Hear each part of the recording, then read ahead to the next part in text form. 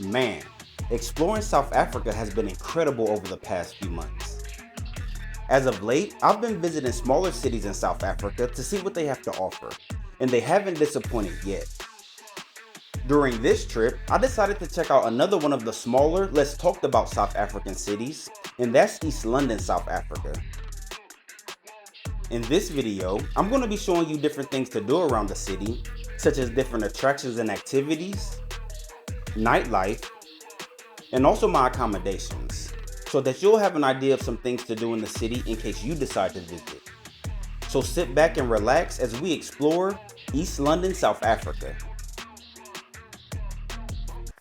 For those that don't know, East London is the second largest city in the Eastern Cape province of South Africa and has a population of about 400,000 people. The Eastern Cape is the traditional home of the Xhosa tribe, and the province is famous for its beautiful beaches, natural lagoons, and diverse climates. So, since I don't know much about the Eastern Cape, I expected it to be similar to Port Elizabeth, as that's the only other city I've been to in the Eastern Cape, but they are very different cities. However, one thing they do have in common are very nice beaches. One of the first things I did when I got to East London was visit Naom Beach. Naom Beach is one of the most popular beaches in East London. The beach has soft golden sand, clear blue waters, rolling waves, and is a perfect place to just relax and enjoy nature. It's very popular among surfers because of its excellent waves, making it one of the best surfing spots in the country. A lot of people also visit Naom Beach for other fun activities, like beach walks, fishing, and even picnicking with family and friends. Whether you're just out looking for excitement, meeting the locals, or just want to have a nice quiet day by the sea, Naom Beach has something for everybody. It's a favorite spot for both locals and tourists who just want to enjoy the beauty of the South African coast. Now, for those that don't know, South Africa's larger cities are some of the best places to party in the world. But I wasn't so sure what to expect from East London since it's a smaller coastal city. However, it didn't disappoint at all. One of my favorite night spots during this trip was Club Vegas. They had a great crowd that was full of life. As you can imagine, the majority of the people were locals, and everybody that I met was very down to earth and friendly. Another spot that was not too far from Club Vegas was the popular bar Buccaneers, located right off the beach. Buccaneers had more of a chill vibe, and it was much easier to mingle here. However, once the drinks started flowing, this became a great spot to dance the night away.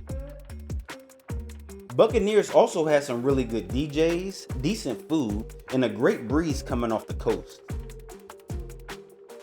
Now, if you're really not looking to party, but still want some nightlife where you can get good food and listen to some music, then a better fit for you might be the popular restaurant Sunsets on Beach.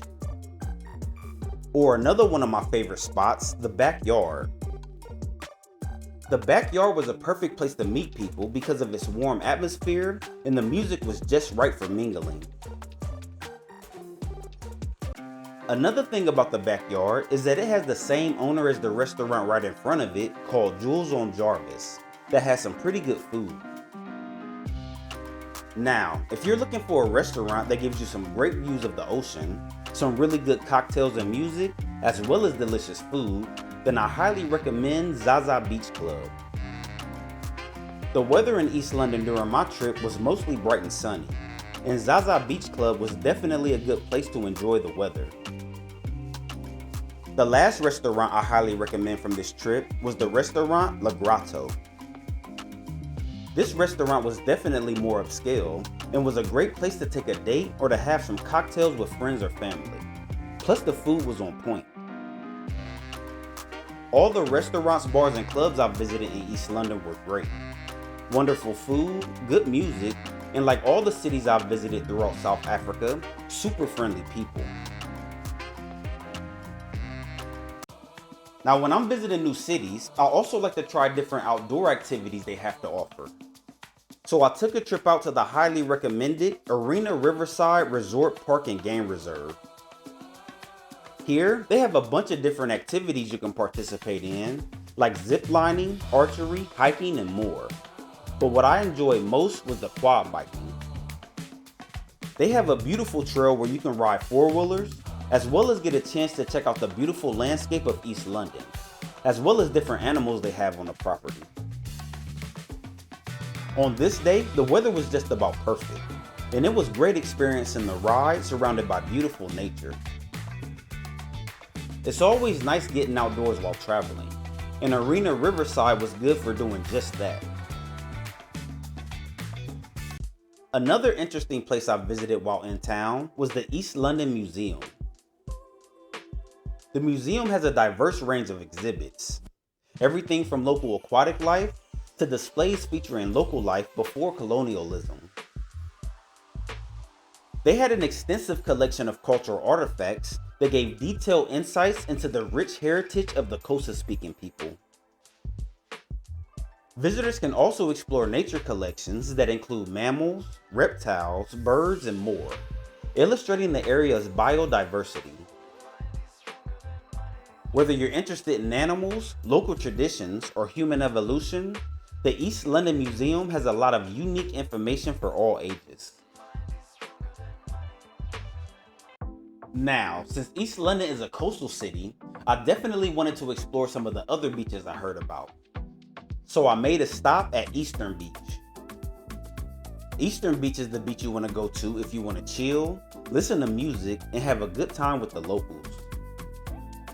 It's much less beautiful than Naom Beach, but a little more fun, because people are out playing music from their cars, having drinks, barbecuing, and just enjoying one another. Towards the end of the beach, you also have a beautiful park area that is also good for meeting people and just relaxing. Now, as far as my accommodations, I stay in a beautiful Airbnb apartment located right in the middle of the city in an area called Berea. The apartment came equipped with Wi-Fi, a washing machine, TV, full kitchen, as well as all the amenities I typically look for in an Airbnb apartment. On top of that, it was in walking distance from many of the bars, restaurants, and the local gym I used almost daily.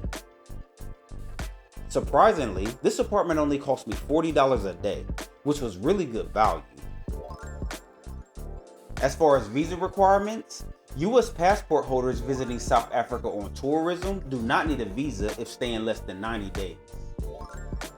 As far as transportation, I used Uber the entire trip, and to get to most places that I went to around the city cost between $2 and $10 US. East London is a very cool and interesting city, but it's much different from the bigger South African cities like Johannesburg and Cape Town, particularly due to its location and the fact that it has much less international tourists. Nonetheless, the city is filled with friendly people, good beaches, and great restaurants, and I'll definitely be back to experience more of what the city has to offer. If you visited before or are from East London, let the community know some other cool places to visit while in town. If you want to check out some of my behind the scenes footage of some of the clubs, restaurants, as well as my Airbnb in East London, consider joining my Patreon channel. The link to that is in the description box below.